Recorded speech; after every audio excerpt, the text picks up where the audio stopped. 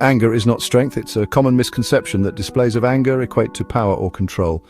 But in reality, anger often masks underlying insecurities and vulnerabilities. It's a fire that burns the one who carries it, consuming your energy, clouding your judgment, and ultimately causing more harm to yourself than to anyone else.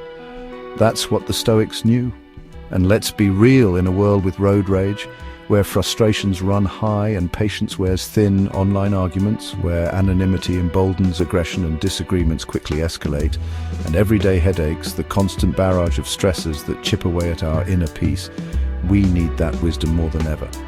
The Stoic teachings offer a powerful antidote to the pervasive anger that threatens to overwhelm us. Before we dive in, take a breath with me. Let's center ourselves, ground ourselves in the present moment, and prepare to explore these timeless principles.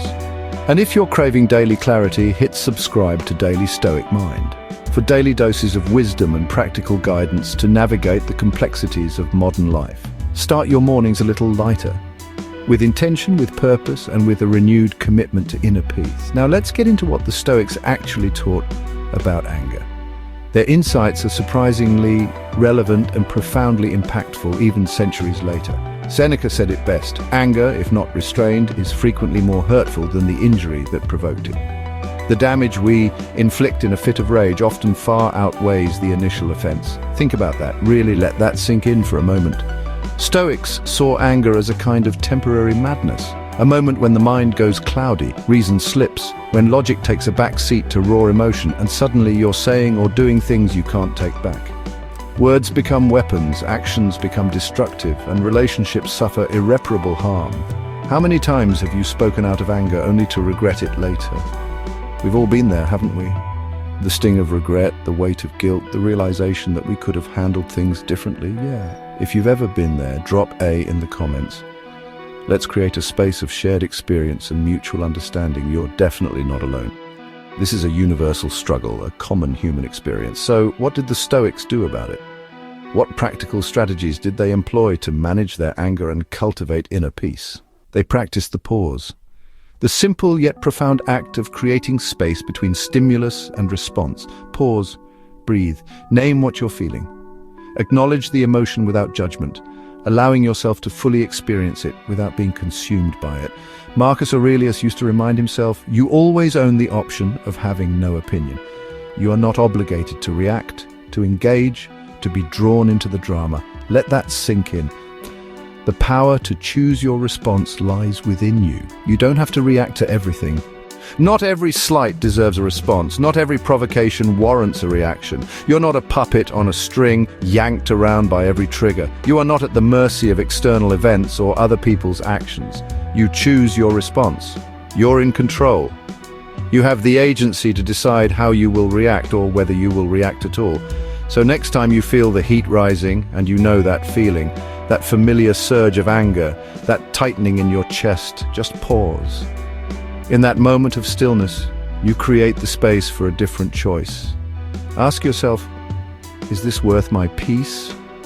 Is this situation, this argument, this perceived slight worth sacrificing my inner tranquility? Most of the time it's not.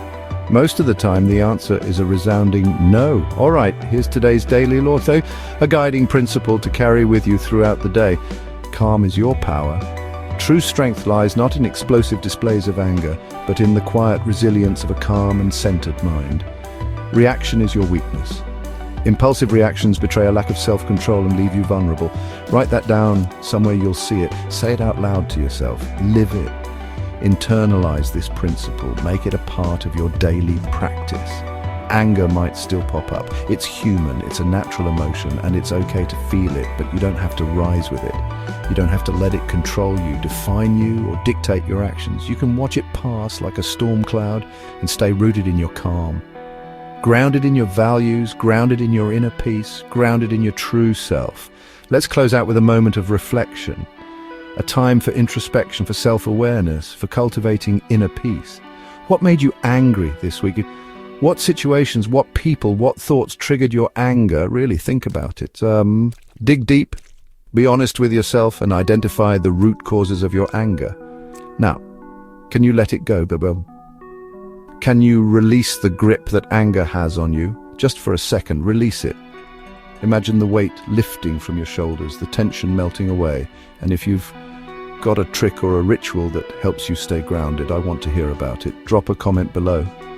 Share your wisdom, inspire others, and contribute to our collective journey towards inner peace. If you found this helpful, subscribe to Daily Stoic Mind for a new daily law every morning. Start each day with a dose of Stoic wisdom to guide your thoughts and actions. Don't forget to hit the bell so you never miss a moment of calm. Stay connected, stay informed, and stay on the path to inner peace. And hey, share this with someone who's feeling a little triggered today. Everyone deserves peace of mind. Spread the wisdom, share the calm, and help others find their inner peace. Thanks for hanging out with me. Stay grounded, stay clear, and I'll see you in the next one. Remember, calm is your power.